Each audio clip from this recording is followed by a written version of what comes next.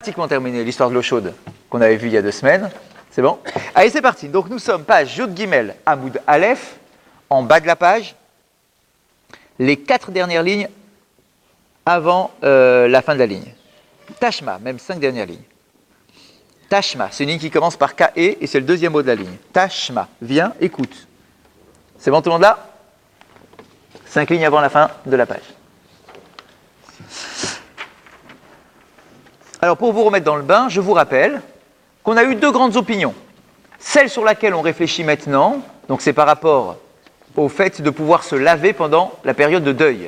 Est-ce qu'on a le droit de se laver à l'eau chaude? Est-ce qu'on a le droit de se laver à l'eau froide? D'accord? C'est toute la discussion de notre dernier cours.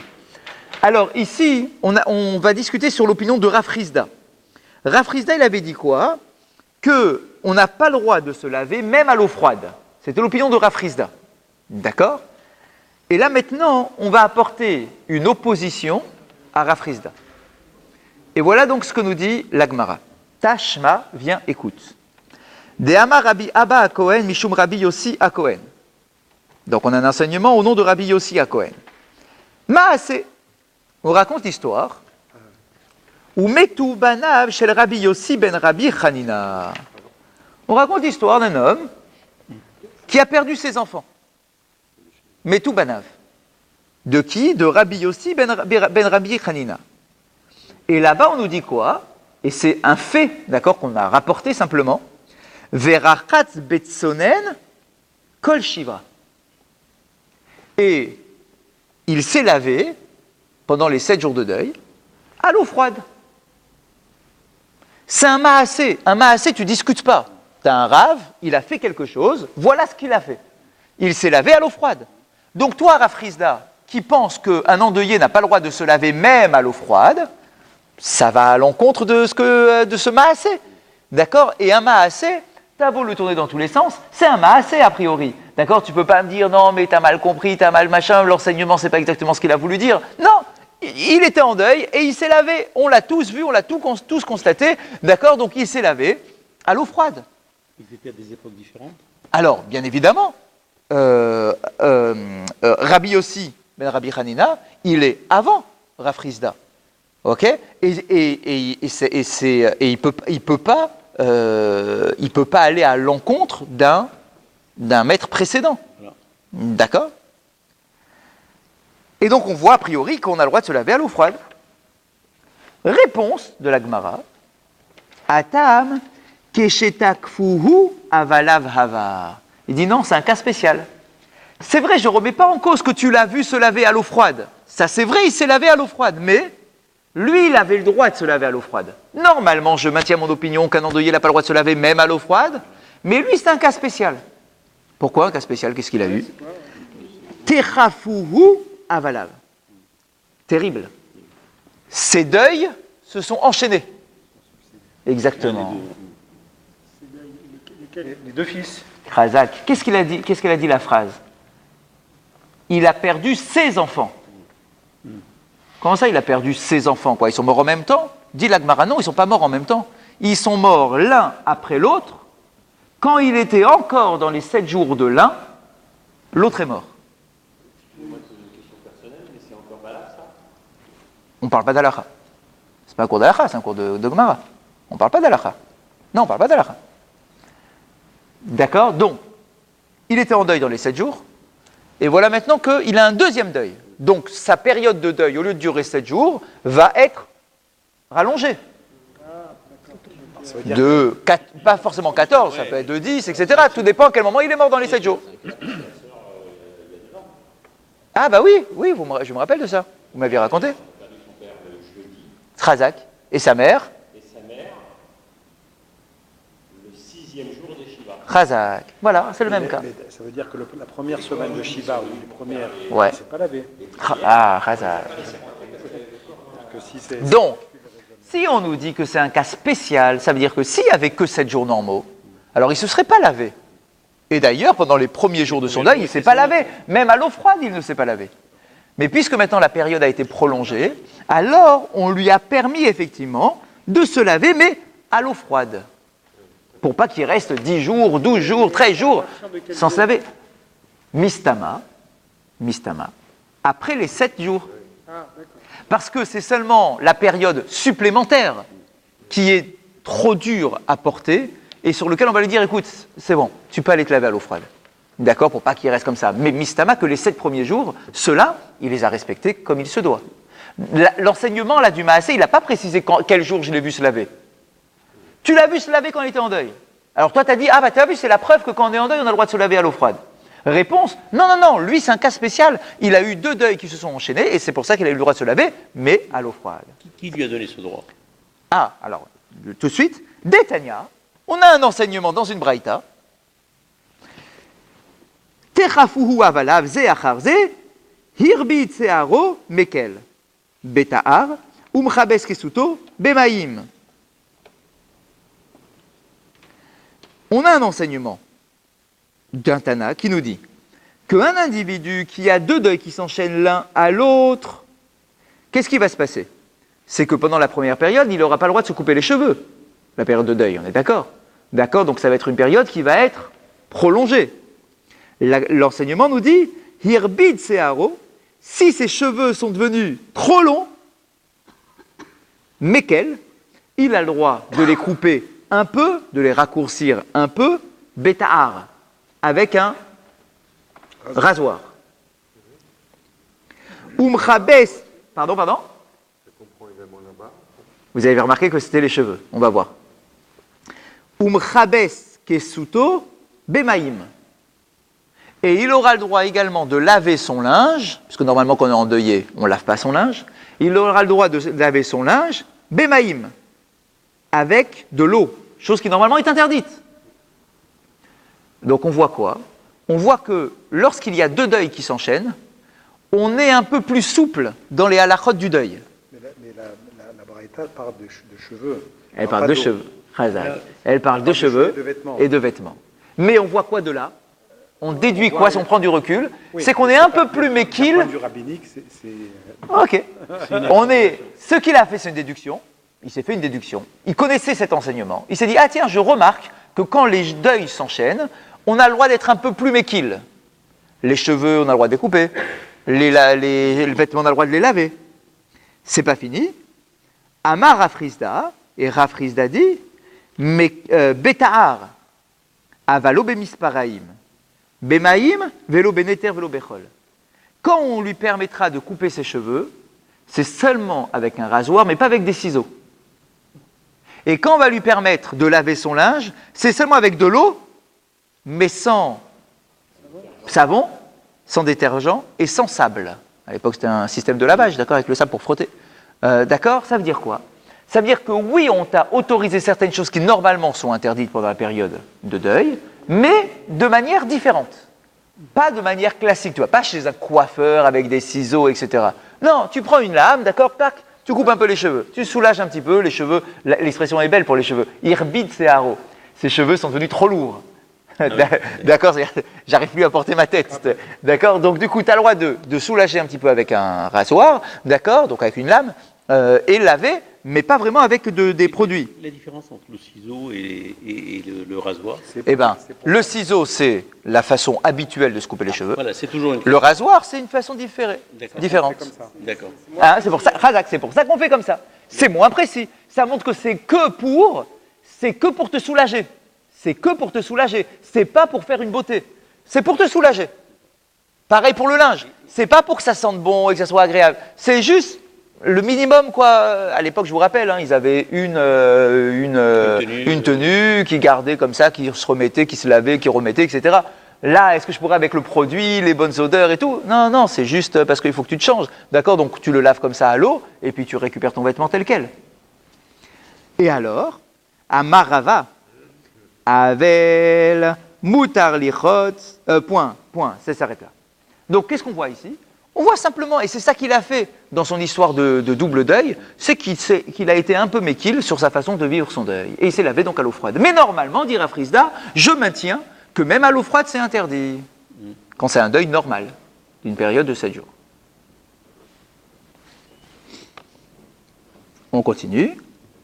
Amar Rava, Avel, Moutar lirchot, Betsonen, Kol Shivra. Maintenant, donc, on a un autre enseignement qui n'est pas d'accord avec Rav Rizda. L'autre enseignement nous dit quoi? Nous dit que l'endeuillé, lui, il a le droit de laver tout son corps à l'eau froide. Donc c'est contre Rav Rizda, c'est pas gênant en soi. D'accord? Là où Rav Rizda il avait dit c'est interdit à l'eau froide, la seule chose que tu aurais le droit c'est le visage, les mains et les pieds, comme on avait vu la dernière fois. D'accord? Là ici on nous dit, d'après Rava, c'est autorisé pendant les 7 jours. Alors quand il y a écrit, attention, Kol Shivra, traduction littérale, c'est pendant tous les 7 jours. C'est pas qu'il peut se laver tous les jours des 7 jours. C'est dans les Shiva, il a le droit de se laver à l'eau froide. Pas tous les jours quand même. D'accord? Quand il a envie. Chazak, c'est pour ça que je vous dis, on ne peut pas imaginer quand même que c'est tous les jours. Pas tous les jours. Parce que ce serait bizarre. Parce qu'il y a écrit, si on traduit l'enseignement, il y a écrit, un endeuillé a le droit de se laver tous les jours. Ça fait un peu... c'est trop ouvert. La façon de comprendre, c'est Betor Hashiva. Dans les 7 jours, il a le droit de se laver à l'eau froide. Alors on lui dit, mais Tivé, j'ai une objection à faire contre toi. Attendez, Oui. vous avez raté. Ah pardon, Mechila, dites-moi. Ah, j'ai sauté quelque chose? Abisra Bechamra. Ah pardon, excusez-moi. Midé, excusez-moi, j'ai sauté un morceau de la phrase. Midé deava abisra vechamra. Alors ça c'est incroyable. Écoutez bien cette phrase, elle va vous surprendre, enfin elle doit vous surprendre. Il a le droit de se laver tous les jours, de la même façon qu'il a le droit de manger de la viande et de boire du vin, pendant les 7 jours. Ah, ça veut dire qu'il n'a pas le droit, en Je vous ai fait. posé la question l'année dernière. Incroyable, hein? Incroyable. Je vous ai posé la question parce que j'étais chez le Rav Toledano, Ouais. pas à Mehacharim, mais un autre quartier comme ça, ultra religieux à Jérusalem. Uh-huh. Excusez-moi, hein, Et alors? et donc, c'était donc l'enterrement de la mère de ma belle-sœur. Ouais. La semaine d'avant, il y avait eu son père. La semaine d'après, donc, on a refait le bol. C'est ça, c'est ça. Que les gens de Elal, ils ont dit si c'est une blague, c'est pas drôle. On a les mêmes clients que la semaine dernière avec un autre cercueil. Et Rav Toledano, il a assis ma belle-sœur et ses 2 frères Ouais. sur un truc un peu volant. Il a mis une table, il leur a mis du pain, des œufs, des olives, etc. Il a posé des verres devant eux. Et il a servi du Il a vin, servi à chacun un verre de vin. le jour de l'enterrement. Rav Toledano, Ouais. il marche sur Rabat, de l'autre dans cette maison. Eh ben, c'est vrai ce que vous dites. À Jérusalem l'année dernière, donc pas. C'est vrai ce que vous dites. De la Mishnah. Hein. C'est pas ce qu'on a l'habitude de faire dans nos minagim, à nous. C'est pas ce qu'on a l'habitude de faire, mais ici il te dit, pendant les 7 jours de deuil, tu as le droit de manger de la viande et de boire du vin. C'est quand tu es Mais honnête. excusez-moi, tu n'as pas le droit. dans le cas de... C'est quand? Quand on est honnête. Chazak. Quand c'est honnête, tu n'as pas le droit. Chazak, c'est exactement ça. Seulement avant l'enterrement. C'est exactement ça. Tu n'as pas commencé le deuil. En réalité, Tu n'es occupé que d'enterrer ton mort, donc tu ne prends pas encore les... en réalité, le din, hein, c'est que pendant que tu es onen entre le décès et l'enterrement, d'après le din, c'est à ce moment-là que tu n'as pas le droit de manger de la viande et du vin, et de boire du vin. Après, c'est minag. Mais le din, c'est pendant le onen. Non, c'est aussi, on peut imaginer que dans certains cas de mort très éprouvante pour la famille, Ouais. ben, il y a la pratique De quoi de Khamra. Ben oui. Ah, et c'est pour ça qu'on l'a retiré? Ah, intéressant. Moi, justement, sur ça, j'ai le commentaire. Parce que C'est marrant parce que j'ai le commentaire inversé. Vous allez voir, une seconde. Alors, on est d'accord là, c'est bon? Donc c'est exactement ce qu'ils ont fait. Khazak, c'est ce qu'ils ont fait. Eh bien, ce que vous avez vécu, moi je l'ai vécu quand j'étais rabbin à Bordeaux. Alors vous savez qu'à Bordeaux, ils ont des minagim très particuliers. Très particuliers. Ils ont des minagim très particuliers. Pourquoi? Parce que la communauté de Bordeaux, c'est en réalité les Juifs du Portugal et d'Espagne, d'accord, qui se sont retrouvés, quand ils sont montés, après l'exil, ils se sont retrouvés à Bayonne, Bordeaux, et ensuite ils sont montés sur Paris. D'accord? Donc il y a eu la communauté là-bas qui a des coutumes très particulières. Très particulières. Et là-bas, effectivement, ils boivent du vin juste après l'enterrement. Juste après. Incroyable. Hein? Donc là, ici, l'enseignement, il nous dit, regarde, de la même façon que l'on permet à quelqu'un de se laver à l'eau froide pendant les shivas, on lui permet également de manger de la viande et de boire du vin. C'est quoi de la même façon? C'est quoi la comparaison? C'est pas par rapport aux autres jeûnes, aux autres moments de jeûne de l'année? Oui. C'est-à-dire qu'on fait des classes.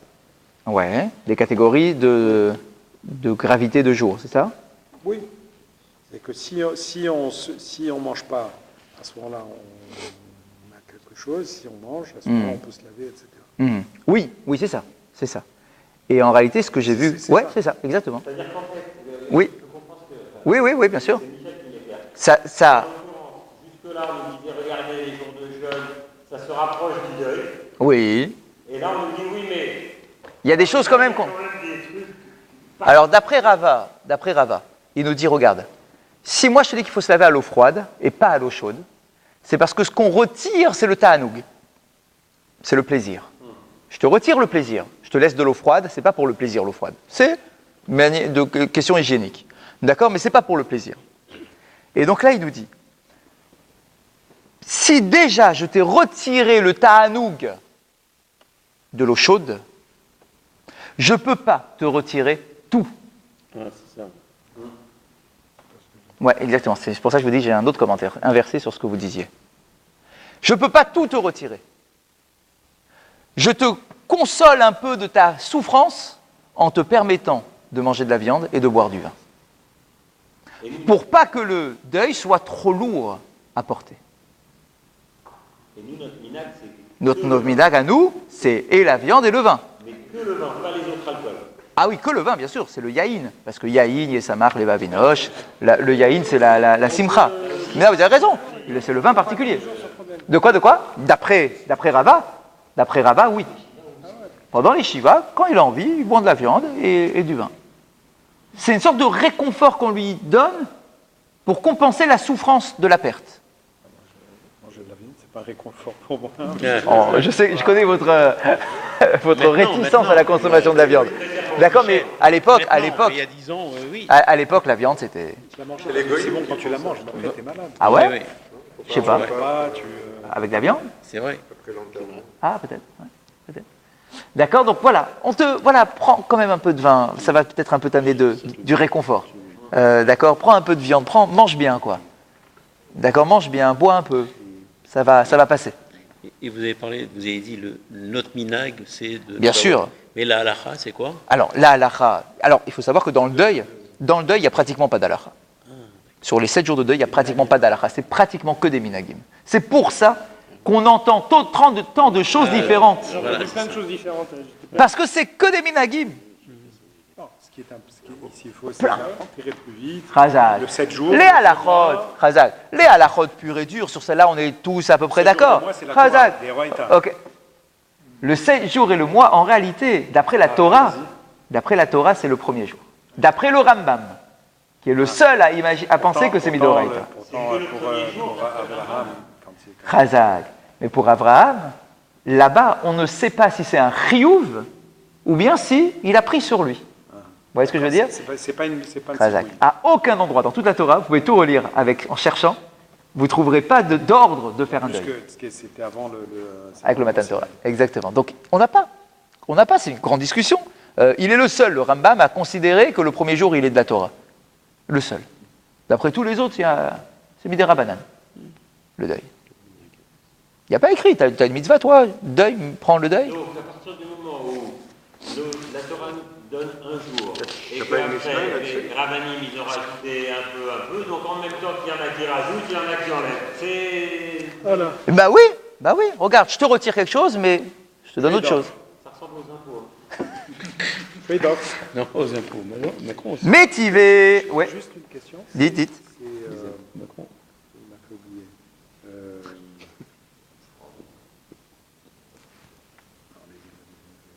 Ok, si ça revient, vous nous dites. Très bien, on tourne la page. Allez, allez-y. Oui, non, c'est ça. Ah, Bechila. Pardon. Si on dit que ça, c'est pas un tzivoui, c'est pas une mitzvah. Ouais. Tout ce qu'on a appris jusqu'à présent sur les taranites, Oui, c'est une obligation des rabbanan. bien sûr, C'est une obligation des rabbanan. c'est Donc, sûr. C'est une mitzvah. t'es sûr. Midera Banan, D'accord. bien sûr, C'est tout ce qui est en fait jeune collectif, etc. bien sûr. Ouais. Aux lois du deuil, vous disiez qu'il n'y avait aucune référence. Attention, quand je dis aucune, c'est qu'on trouve rien d'explicite, effectivement. Et par rapport à la femme captive, qui était dans le cas de la guerre, etc., on dit qu'elle doit, pendant un certain temps, je crois. C'est tout, mais pas en tant que mitzvah. Elle prendra son deuil, comme Abraham qui a pleuré sa femme. Mais pas en tant que mitzvah de truc. Et en plus, c'est même pas une juive, celle-là. Donc, d'accord, mais c'est pas de mitzvah. D'accord, il n'y a aucun moment où il y a un ordre de. Rien. Métivé, on objecte à l'opinion de Rava, donc qui permet de se laver à l'eau froide. On tourne la page, écoutez bien cela. En habogeret rasha'a lenavel et atzma bime evel avia. Hanara rasha'a. Maï, lavbir chitza. On essaie d'expliquer. Définition déjà de deux termes. Bogeret et Nahara. Une Bogeret, c'est une jeune fille qui est en âge de se marier. Elle a une définition claire dans la halakha, elle a 12 ans et demi. Un poil pubère. Exactement. Un poil pubère. Elle est arrivée à l'âge de la puberté, définie toujours par la pilosité, toujours, que ce soit chez le garçon ou chez la jeune fille. C'est ça qui donne son statut de adulte, toujours. C'est la question pour le bar mitzvah en réalité. Parce que 13 ans, ce n'est que un âge approximatif. Mais normalement, on doit s'assurer, entre guillemets, qu'il est pubère. Donc on nous dit quoi? Une boguerette, c'est une fille qui a 12 ans et demi et qui est en âge de se marier. À l'époque, je vous rappelle, on mariait rapidement ces filles, d'accord, pour qu'on soit tranquille d'esprit. Et qu'est-ce que c'était le mariage? C'est-à-dire quoi? Qu'est-ce que c'était le mariage? Non, ne, ne déviez pas du texte. D'accord, je ne délie pas, excusez-moi. D'accord? Parce qu'il y a... Mariage. On ne parle pas de mariage forcé, on ne parle pas de trucs imposés, etc. D'accord? Un mariage avec son accord, bien évidemment. Donc le texte nous dit ici, En à Bogueret, une Bogueret, donc une jeune fille qui est en âge de se marier, et qui est sur le, excusez l'expression, qui est sur le marché des Shidduchim, En à Bogueret Racha'a les Navel et Tatzma. Elle n'a pas le droit de ne pas faire attention à son physique. Elle n'a pas le droit de se négliger. Parce que les gens vont la voir, on dit, c'est quoi cette fille-là? Elle ne va jamais la marier, celle-là. Donc elle n'a pas le droit de se négliger, les navel et tatzma. À quel moment elle se négligerait? Bime evel avia, dans la période de deuil de son père. Dans la période de deuil de son père, elle n'a pas le droit de se négliger, de se laisser aller. Donc la question elle est là, bien évidemment. C'est une braïta, La question est là. ça. C'est une braïta, ouais. Ouais. C'est très intéressant. Rashi, regardez Rashi tout de suite. En abogeret, Rashi nous rappelle tout de suite, chez Viash Teseharot. D'accord? Donc il y a 2 poils. C'est ça une bogeret, qu'on connaît par 12 ans et demi. Racha alenavel et atzma, donc elle n'a pas le droit de se négliger, de se laisser aller. Et là, mitkachetet kedeshekfetsu alea. Mais elle devra s'arranger, se faire belle, pour qu'on soit intéressé par elle, pour se marier. Et donc, je déduis de cette phrase-là, si tu me dis que la boguerette, elle n'a pas le droit, je déduis que la nahara, c'est une jeune fille qui a 12 ans, Il n'y a pas de poil.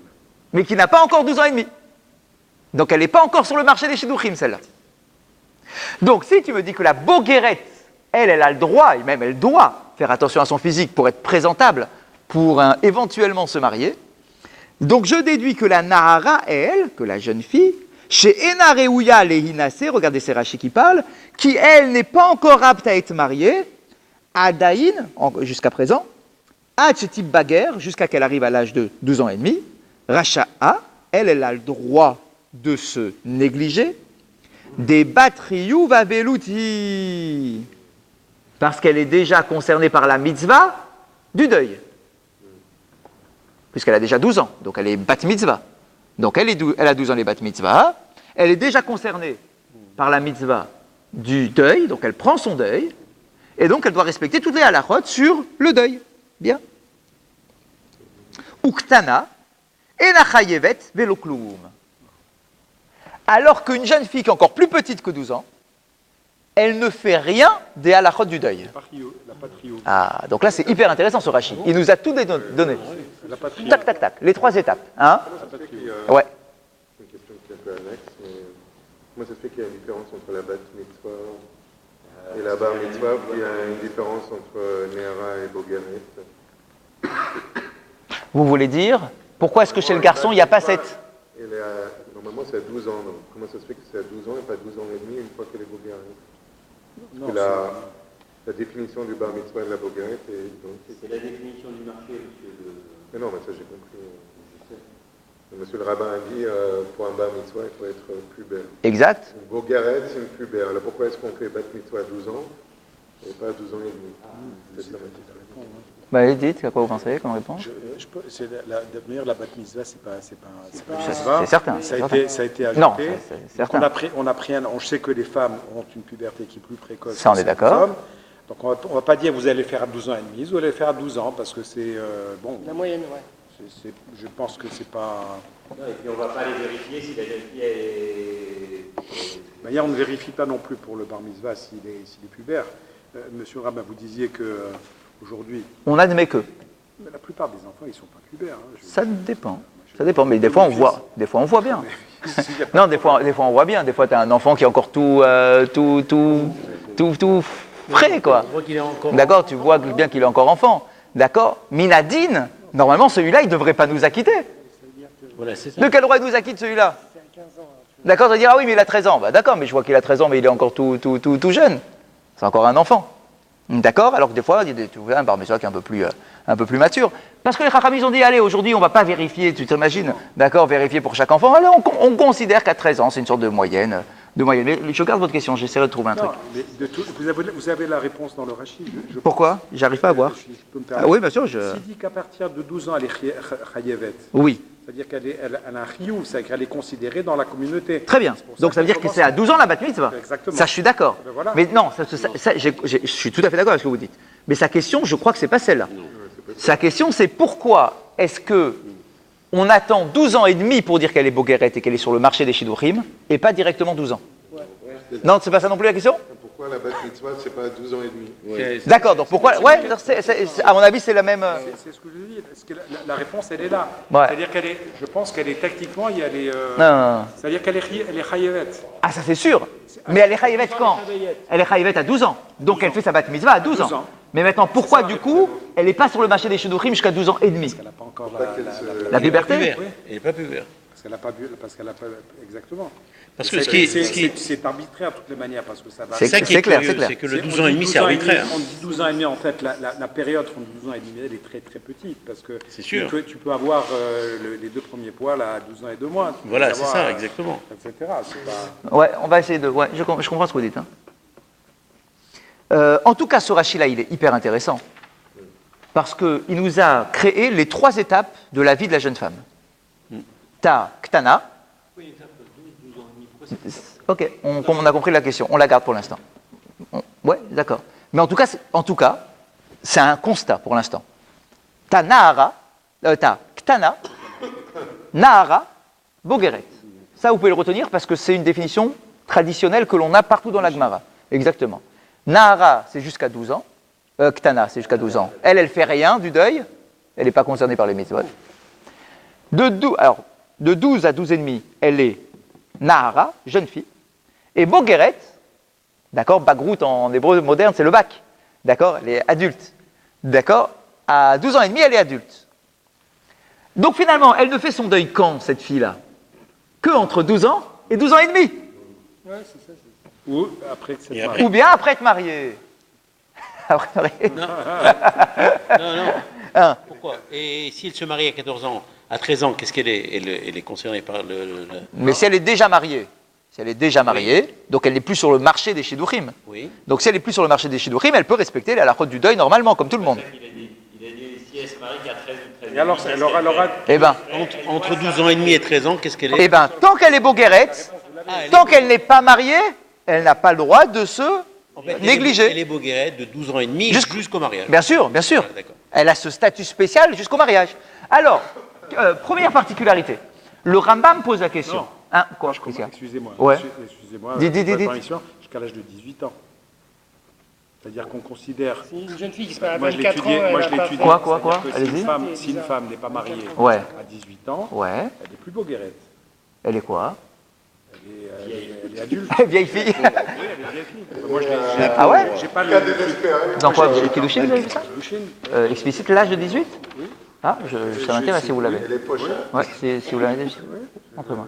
Parce que si elle se marie à C'est-à-dire qu'à partir d'un certain âge, on ne parle plus de boguerette. Boguerette, C'est tant qu'elle est dans l'âge du mariage, quoi. Voilà. Et après, t'es déjà À passé. partir de 18 ans... Mais l'âge de 18, vous l'avez vu Ça m'intéresse si vous l'avez. Oui. Ça m'intéresse de C'est voir que un cet âge de vieux 18, il est... souvenir, je Ah, suis mais- pas...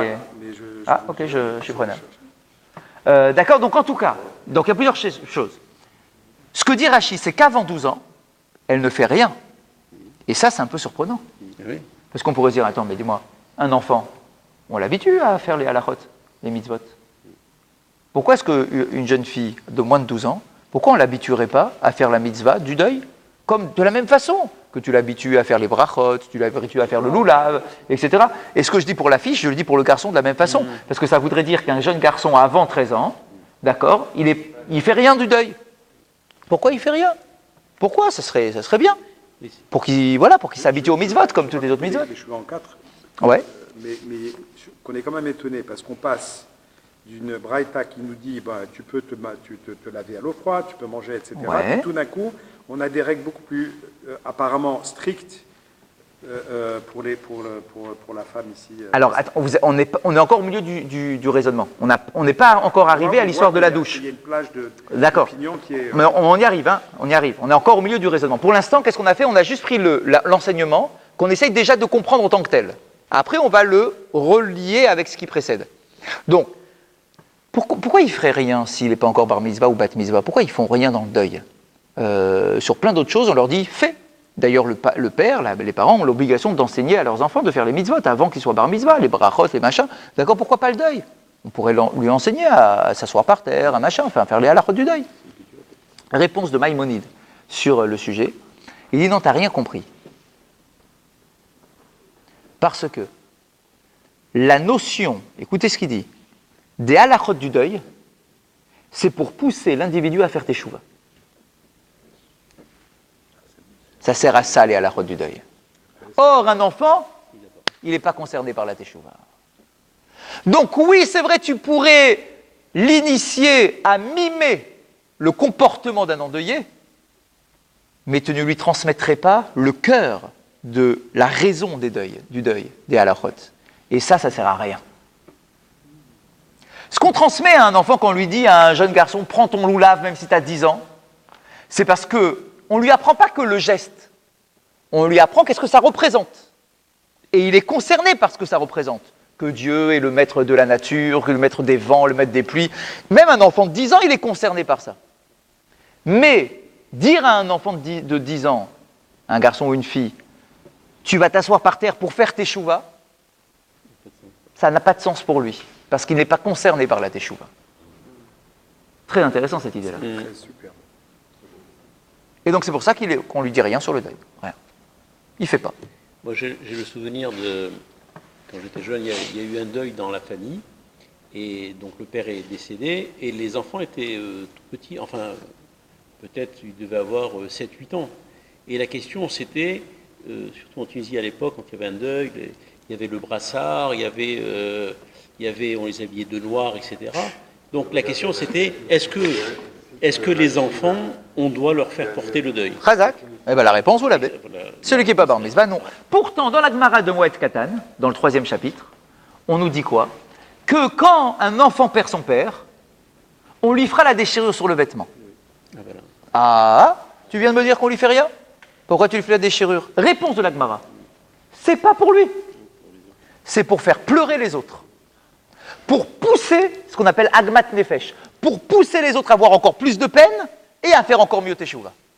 C'est-à-dire qu'il il porte quelque chose, un signal aux autres. Mais c'est pas pour que lui prenne le deuil. Exactement. C'est pas pour que lui, il s'habitue à faire une halakha sur le deuil. Donc on est bien d'accord. Tout le monde est d'accord avec ça. Un enfant ne fait pas les halakhot sur le deuil. Bien. Donc ça, déjà, on a appris une chose de ce Rashi. Autre chose qu'on apprend de ce Rashi, c'est quoi le cas? On nous dit, une jeune fille, donc de Bogueret, là, elle n'a pas le droit de se négliger dans la période Evel Avia, du deuil de son père. Ça veut dire quoi cette phrase? Comment vous le comprenez? Le deuil de son père. Non, je ne parle pas de ça. Père et mère, c'est pareil. Mais c'est quoi? Elle a perdu son père? Ou c'est son père qui est en deuil? Ah oui. C'est quoi, si on traduit littéralement de l'hébreu, elle n'a pas le droit de se négliger dans la période du deuil de son père. Dans la période du deuil de son père. Vous avez traduit la première, c'est la plus évidente. C'est à compte tenu du contexte. Regardez Rashi, regardez le deuxième Rashi de la page. Et Rashi, il est génial. Regardez Rashi. Il met avec la via. Afilou, era avelut leavia, shemet beno. Incroyable ce Rashi. Il nous dit en réalité, c'est pas qu'elle a perdu son père. C'est son père qui est en deuil. Non, Afilou, c'est même si, non? Quoi? Ouais, c'est ça.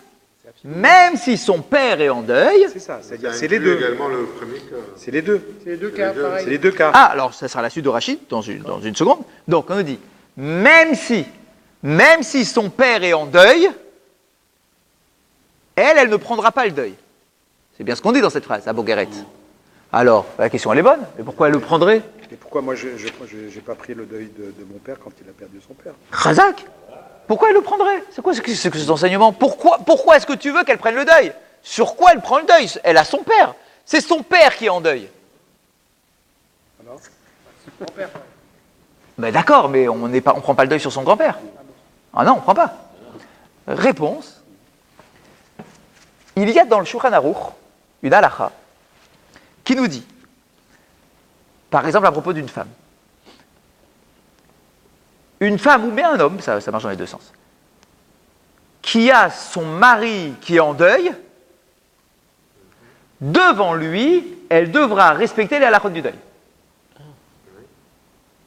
En signe de compassion. C'est normal, c'est mon mari qui est en deuil, je prends le deuil avec mon mari. Pas en tant que din, en tant que, quand je suis en sa compagnie, je fais comme lui. Je prends sur moi la tristesse qu'il ressent.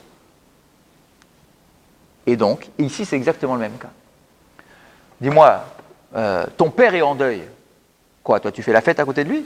Non. Tu devrais prendre le deuil avec elle, avec lui. Et donc, c'est ce qu'il dit. Normalement, ça veut dire qu'une Nahara de 12 à 12 et demi, elle prendrait le deuil avec son père quand son père est en deuil. Alors, ça serait quoi le cas? C'est que le père, il a perdu son père. Votre cas. Et alors, si ça peut ne pas se présenter que la Néhara ait perdu son père pour de bon. Ah, alors regardez la suite de Rashi tout de suite. La suite de Rashi. Inami, ou bien, autre façon de comprendre la même phrase, Shemet Avia, Mamash. Ou bien, c'est son père qui est mort. Et donc, du coup, elle est à la route du deuil. Et tout ça, Une seconde. De quoi C'est sur laquelle va première. Si déjà elle doit accompagner le deuil de son père. Mais non, justement, elle ne l'accompagne pas. C'est pas un calvachomer, au contraire, c'est l'inverse du calvachomer. Parce que, normalement, tu aurais pu... Ah, la Nahara. Ah, non, mais là, il parle pour la Bogueret. Il parle pour la Bogueret, Rachid. Donc, normalement, tu aurais pu imaginer que la Bogueret, elle prenne le deuil pour respecter son père qui est lui-même en deuil. Non. Ah, ok. Mais si elle perd elle-même son père, certainement qu'elle va prendre le deuil quand même. Eh ben non, quand même. Elle va prendre le deuil. Mais elle se... Razak. D'accord? Non. Mais vous allez voir que du coup, il y aura plein de choses qu'elle pourra faire pour ne pas se négliger. Se parfumer, se laver, se oindre, etc. C'est normal, elle a une mitzvah en ligne. Ok, Razak.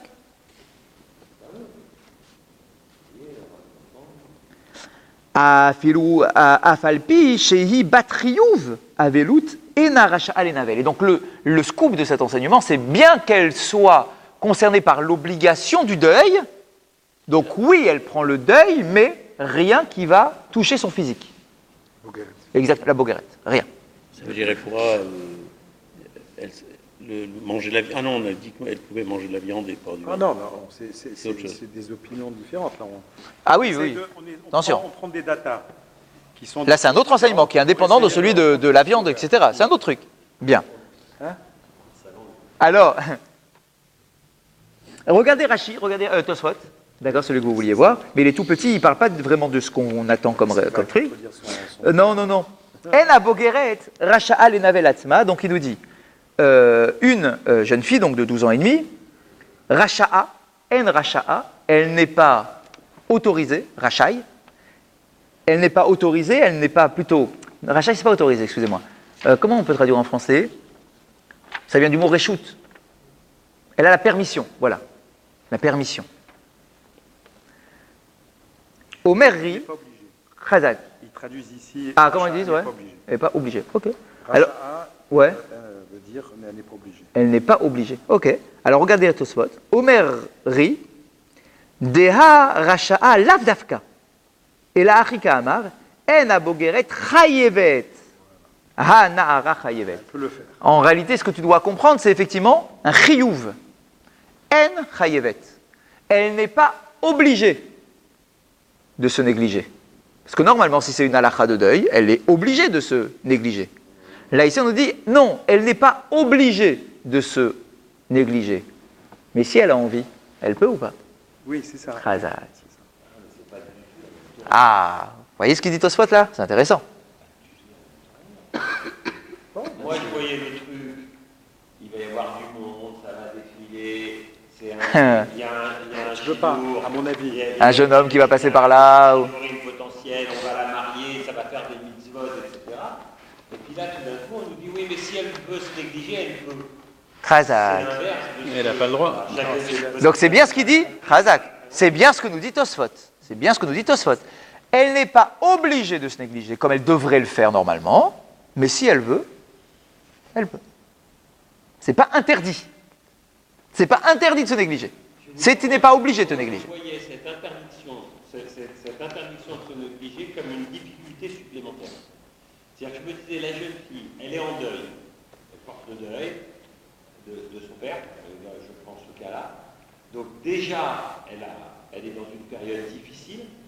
Et pour elle, s'apprêter, c'est une difficulté supplémentaire. C'est-à-dire que c'est un moins, quoi. Je le voyais comme ça. Hmm. On n'est pas d'accord. Mais oui, je sais. Tu sais, quand le taux d'hormones monte dans le sang, je peux t'assurer que c'est des jeunes filles. Moi, je le vois et c'est tout à fait normal. C'est-à-dire que le comportement dans des conditions de deuil, de choses comme ça, bon, elles ont leur vie et c'est ça qui est important parce qu'elles sont... Pas mal, pas mal. Ah, intéressant. Elles ont envie de... C'est pas que c'est physiologique. C'est ça. C'est Faut tout à que fait ça normal. avance, quoi. Alors, vous allez me dire, bon, ok, d'accord, tout ça c'est très intéressant, mais quel rapport avec l'enseignement de Rava, qui nous dit qu'on a le droit de se laver à l'eau froide? Maï.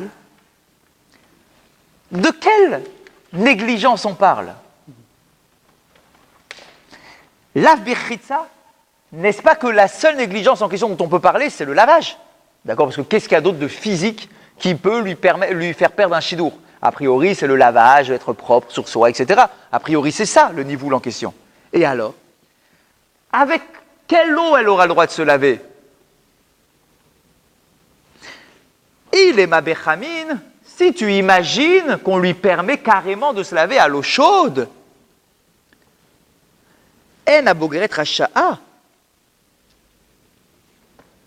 Et donc la jeune fille, elle devra se laver, donc sous-entendu, à l'eau chaude. Ve'amar afrizda, avel asur leoshit etzbao bechamin. Quoi? Tu rigoles ou quoi? Normalement, un endeuillé n'a même pas le droit de se tremper le doigt dans l'eau chaude. Alors quoi, à elle, tu vas lui permettre de se laver complètement à l'eau chaude? Tu vas faire tomber toutes les barrières. Très certainement que quand on lui permet de ne pas se négliger, et donc de se laver, c'est seulement à l'eau froide. Juste pour être propre, pour être présentable. Mais quand même pas de lui permettre à l'eau chaude. Donc, quand la boguérette, on est sympa avec elle en disant, écoute, toi, c'est un truc spécial, vas-y, tu peux te laver, mais attention quand même, à l'eau froide, hein, pas à l'eau chaude, tout de même pas, à l'eau froide. Et alors, sous-entendu, donc, la Nahara, celle qui a 12 ans, même à l'eau froide, elle n'aura pas le droit, puisqu'on le permet qu'à la boguérette. Donc toi, donc toi, Rava, qui me dit qu'on a le droit de se laver à l'eau froide, c'est faux. J'ai une objection contre toi. Encore une fois, le raisonnement maintenant avec le fil. Rava, il arrive, il dit on a le droit de se laver à l'eau froide pendant les 7 jours de deuil. Tout le monde. Ah ouais? J'ai une objection contre toi. Tu sais que la boguérette, exceptionnellement, on lui permet de se laver pendant les 7 jours de deuil. Ça, c'est un enseignement. Maintenant, je réfléchis sur cet enseignement. À ton avis, on lui permet à l'eau chaude ou à l'eau froide? Bah, très certainement, à l'eau froide, on lui permet. Ah bon, pourquoi pas à l'eau chaude? Parce que l'eau chaude, ce serait quand même une trop grande autorisation. Parce que normalement, même le petit doigt n'a pas le droit de se tremper dans l'eau chaude, un endeuillé. Donc, quand on lui permet de se laver, c'est juste pour ne pas se négliger, mais c'est quand même que à l'eau froide. On ne va pas lui permettre de se laver carrément à l'eau chaude. Mais c'est parce qu'elle est boguérette. C'est parce qu'elle est boguérette. Et qu'elle doit être présentable. Donc je déduis de là qu'une Nahara, qu'une femme normale qui prend le deuil, elle n'a même pas le droit de faire ce que la boguérette a le droit de faire. La boguérette, elle a le droit à l'eau froide, sous-entendu, la Nahara, elle, qui n'a pas d'autorisation spéciale, elle n'a pas le droit du tout de se laver. Pas comme toi, ce que tu viens de dire, Rava, qu'on a le droit de se laver à l'eau froide. D'accord? Donc on est bien là dans le raisonnement. Allez-y. Non, vous n'y êtes pas? Il y a une petite objection. Dites. C'est parce que une Nahara, Ouais. c'est une plus petite fille. Oui, mais qui est déjà bat mitzvah, attention. C'est 12 ans. Donc elle est... Razak. Rashi a dit, la Nahara, elle est concernée par la mitzvah. Elle est bat mitzvah, 12 ans. Donc la Nahara, en fait, c'est le statut normal. C'est le statut d'une femme qui est concernée par les mitzvot. La boguérette, c'est un statut spécial. Elle est concernée par les mitzvot, mais elle doit faire attention à son physique. Pour faire attention à son physique, on lui permet de se laver à l'eau froide. Sous-entendu, la Nahara, qui, elle, doit faire les mitzvot sans faire attention à son physique, peu importe son physique à elle, puisqu'elle n'est pas en âge de se marier encore, elle n'a pas le droit du tout de se laver, même à l'eau froide. Pour objecter, parce qu'on pourrait dire effectivement, ça tient que parce qu'on suppose que la boguérette ne peut se laver qu'à l'eau froide, mais on pourrait dire, oui, mais si on privilégie Elle n'a pas besoin de se laver à l'eau chaude pour être active. Khazaz. Parce que pourquoi tu voudrais lui permettre? Bah oui, si on veut la mitzvah, on va la décourager peut-être à l'eau froide. Donc si on veut Non, quand même pas. C'est pas un problème de décourager, c'est un problème de ta'anoug, de plaisir. Est-ce qu'on va te donner un plaisir à te laver? Non, c'est pas une histoire de plaisir à me laver. C'est juste pour, voilà, exactement, pour être présentable. C'est surtout vis-à-vis des autres. Bien sûr, c'est que vis-à-vis des... Khazaz. Et donc vis-à-vis des autres, que tu te laves à l'eau froide ou à l'eau chaude, moi je m'en fous, moi qui te regarde. Bon, finalement, ce qu'on discute, finalement, parce qu'il faut que je le relise, Ouais. c'est l'eau chaude, l'eau froide. C'est ça le sujet. Ouais, bien sûr. C'est l'eau chaude, l'eau froide. Exactement, c'est ça la marque loquette qu'on a depuis la dernière fois. Exactement. D'accord, donc on a bien ici une objection contre Rava qui te permettrait de te laver à l'eau froide. Moi, c'est l'objection de l'enfant qui n'a pas besoin de faire Les mitzvot? des mitzvot. Alors lui, il a le droit à l'eau chaude. Oui. Celui qui n'est pas encore bar mitzvah ou nahara. Pose pas, ouais. Là, la question, elle est claire. Lui, il fait rien du deuil, il se lavera à l'eau chaude. Alors, on compare finalement la Nahara à la boguérette pour déduire que, en fait, même l'eau froide est interdite à la Nahara. Donc, forcément, si on la permet à la boguérette, ça veut dire qu'on interdit à l'autre. Ça veut dire qu'à la boguérette, on lui permet que de se laver pour rester attractif, qu'avec de l'eau froide, pas avec de l'eau chaude. C'est pas possible. Exactement. Cette histoire-là, n'oubliez pas, l'enseignement, lui, il est que sur la boguérette. Hein. C'est ça. S'il est que sur la boguérette, l'enseignement. La Nahara, c'est moi qui le déduis. C'est un C'est la Gemara qui l'a déduit, la Nahara. Et grâce à la déduction de la Nahara, j'arrive à comprendre, clac, clac, qui a le droit de faire quoi. Que la Bogueret, en réalité, ce qu'elle a le droit, c'est à l'eau froide. Et donc, ce qui découle de là, c'est que la Nahara, elle n'a pas le droit du tout. Et donc, ça va contre Rava.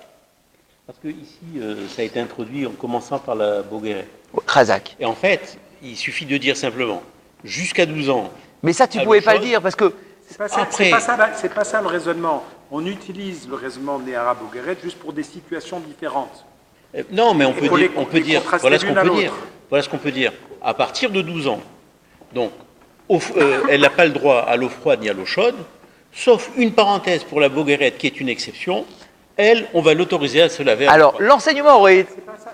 Alors, une seconde. L'enseignement aurait été plus clair de parler comme ça, mais cet enseignement-là, dans vos propos, il n'existe pas cet enseignement. Ah, d'accord. Je ne l'ai pas. Je ne fais que ramener un enseignement. Oui, d'accord. L'enseignement, il existe en tant que tel.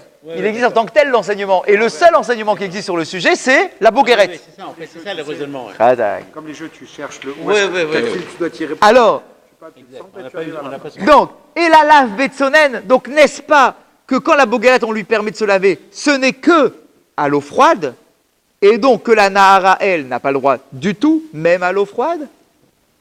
Réponse de la Gemara, l'eau, non, pas forcément, je ne suis pas d'accord avec ton raisonnement. Pas forcément, pas forcément. Parce que toi, tout de suite, tu as parlé de Bogueret pour le niveau là, tout de suite, tu m'as dit c'est le lavage. Et donc, du coup, tu en es arrivé à déduire quelque chose par rapport à l'objection contre Rava. Qui me dit que dans cet enseignement-là, on parle du lavage? Personne ne me dit qu'on parle du lavage. Hein. C'est toi qui me dis que c'est le lavage. Mon enseignement, il dit, tu n'as pas le droit de te négliger. Et toi, tu as dit, n'est-ce pas qu'on parle du lavage? Qui me dit? Peut-être qu'on parle d'autre chose. Ah ouais, et quoi d'autre que pour se négliger? Akiroul ou Pirkous? Peut-être que c'est... On ne parle pas du tout du lavage, c'est un autre sujet. Peut-être qu'on parle tout simplement de le fait de se faire les paupières et de s'arranger les cheveux. Il doit y avoir des nouveaux habits, des trucs. C'est peut-être ça, le nivoul en question. C'est peut-être ça, le nivoul en question, c'est tout.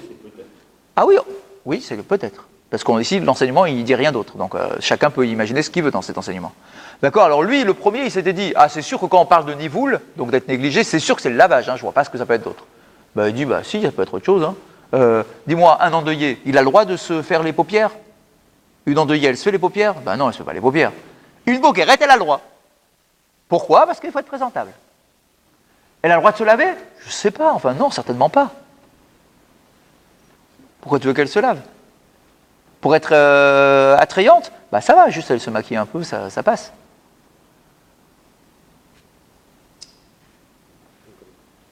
Ouais, ça peut être juste se coiffer, tout ça. Khazak, c'est exactement ce qu'il dit la Gemara. Donc tout le raisonnement que tu as voulu dire, que tu as monté à partir de cet enseignement-là pour aller à l'encontre de Rava, je te le claque. Je l'éclate complètement. On ne parle pas du même sujet. On ne parle pas de la douche. Donc finalement, on n'a pas de... on ne Khazak. suppose pas Rava. Khazak. Donc l'objection ne tient pas. Rava, il a une solution pour s'en sortir de l'objection. C'est ça le truc. Ouais. Toi, tu as rapporté un Tana contre un Amora, en lui disant c'est un scandale, tu n'as pas le droit d'être à l'encontre d'un Tana. Il répond, enfin on répond pour lui, je ne suis pas à l'encontre, hein. Il parle d'autre chose. On ne parle pas du même sujet. Moi, je parle de la douche et lui, il parle du maquillage. Et ça colle. Du coup, je peux maintenir, d'après Rava, qu'une femme, non, je peux maintenir qu'un endeuillé a le droit de se laver à l'eau froide. J'ai rien qui va à l'encontre de ça, de manière certaine. Je suis quand même extrêmement étonné De quoi? par ce qu'on avait dit au départ, c'est-à-dire que finalement, ce sont des minhagim, tout ce qui est avec vous, Oui. c'est du minhag. Donc si c'est un minhag, comment est-ce qu'on arrive à donner une telle importance si c'est un minhag? C'est ça. Parce que, alors attention. Attendez, laisse-moi finir.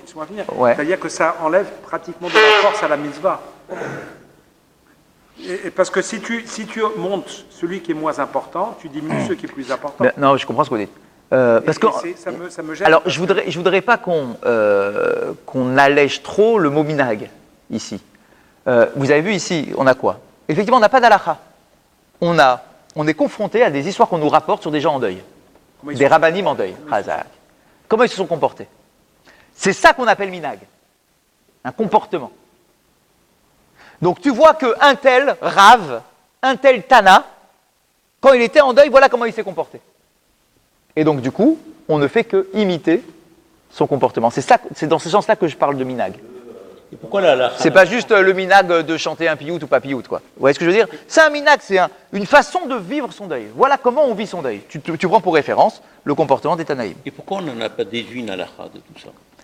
Alors, ça devient quand même une halakha, parce que vous prenez un livre d'halakha sur le deuil, vous allez avoir tout ça. Voilà. Ouais. C'est présenté comme des halakhot, mais ce sont des halakhot qui émanent d'un comportement.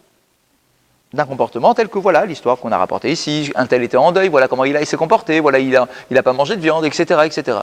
Non, voilà. Mais ma question, elle persiste quand même. C'est-à-dire que mitzvah, des oraita, des rabbanim, ouais, etc. C'est sûr. On rentre un petit peu, c'est-à-dire qu'on fait une brèche. Ah, c'est sûr. Moi, ça me fait penser, c'est-à-dire que si un rave se permet de se laver alors que d'autres me disent que ne se passerait laver, etc., bon, ben, ça veut dire que est-ce que la Torah elle va rentrer dans ta vie intime de cette c'est la question. Chazak. Et il s'avère que non. Oui. Ça veut dire que même d'après le Rambam qui considère que le deuil, la notion de deuil, elle est dans la Torah, mais les règles d'application de cette notion-là, c'est entre les mains des Chachamim. Des mitzvot qui sont pour légiférer la vie commune, enfin avec les autres, etc., la vie sociale. C'est-à-dire pour avoir des règles qui sont égales les unes avec tout le monde, c'est-à-dire pour permettre la vie en société et d'avoir une seule règle. Mais là, dans la vie intime, finalement, on ne comprend pas très bien.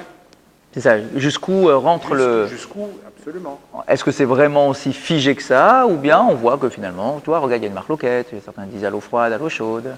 Donc on peut trouver. Ça me rappelle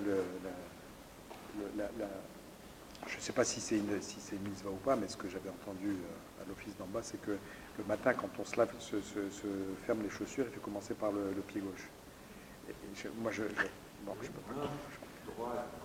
Gauche, droite, c'est ça. C'est ça ce qu'il a dit, Mais là aussi, c'est que un. C'est pour ça dans le Shulchan Aruch. C'est dans le Shulchan Aruch, mais c'est que en tant que un clin d'œil, c'est quelque chose. C'est pas une halakha. On va pas considérer que c'est pas comme si tu avais mangé du porc. D'un autre côté, on dit dans les Pirkei Avot, il n'y a pas de petite et de grande halakha, tout est halakha. Donc à ce moment-là, il n'y a pas de grande et petite mitzvah. Oui. D'accord, toutes les mitzvot sont toutes aussi importantes. Mais là, c'est pas une mitzvah. C'est une façon de. C'est pas dans les 600. Non, c'est clair. Juste pour terminer. Et alors, là, tout à l'heure, on a voulu objecter à Rava. Maintenant, on va trouver une preuve pour Rava. Puisque là, on n'a pas trouvé d'objection. Juste pour terminer. Lema Messaya Ale. Peut-être que, tiens, j'ai une preuve pour Rava. Dama Rabbi Abba Cohen. Mishum Rabbi Yossi à Cohen. Maase. Ou metu banav shel Rabbi Yossi bachanina. Verachatz betsonen kol shivra. Et voilà. Tu veux une preuve qui va dans ton sens? Eh bien, le fameux Maasé en question. Qu'est-ce qu'on avait dit sur le Rabbi Yossi à Cohen? Pendant qu'il était dans la période de deuil de ses enfants, il disait quoi l'enseignement? Il s'est lavé pendant les 7 jours à l'eau froide. Point, qu'est-ce que tu veux maintenant de plus? Tout à l'heure, on a dit, ah non, c'est un cas spécial où le deuil a duré plus longtemps parce qu'il a eu ses 2 enfants qui sont morts dans la même période, etc. Oh, va pas aussi loin. Tu peux prendre le pshat. Il a perdu ses enfants en même temps, accident de voiture, tac, les 2 sont morts. Ok? Eh bien, on nous dit là-bas, il s'est lavé à l'eau froide, point. Personne ne t'a dit dans l'enseignement d'origine que c'est parce qu'ils sont morts à 3 jours d'intervalle, etc. Personne. Donc tu peux le prendre au pied de la lettre en disant, tu as le droit de te laver à l'eau froide pendant les 7 jours, point. J'adore le chat. Razak ou Baou. Razak. Vite. Chodesh Tov, messieurs, Chodesh Tov. Demain, Rosh Chodesh. Ce soir. Ouais, bien sûr.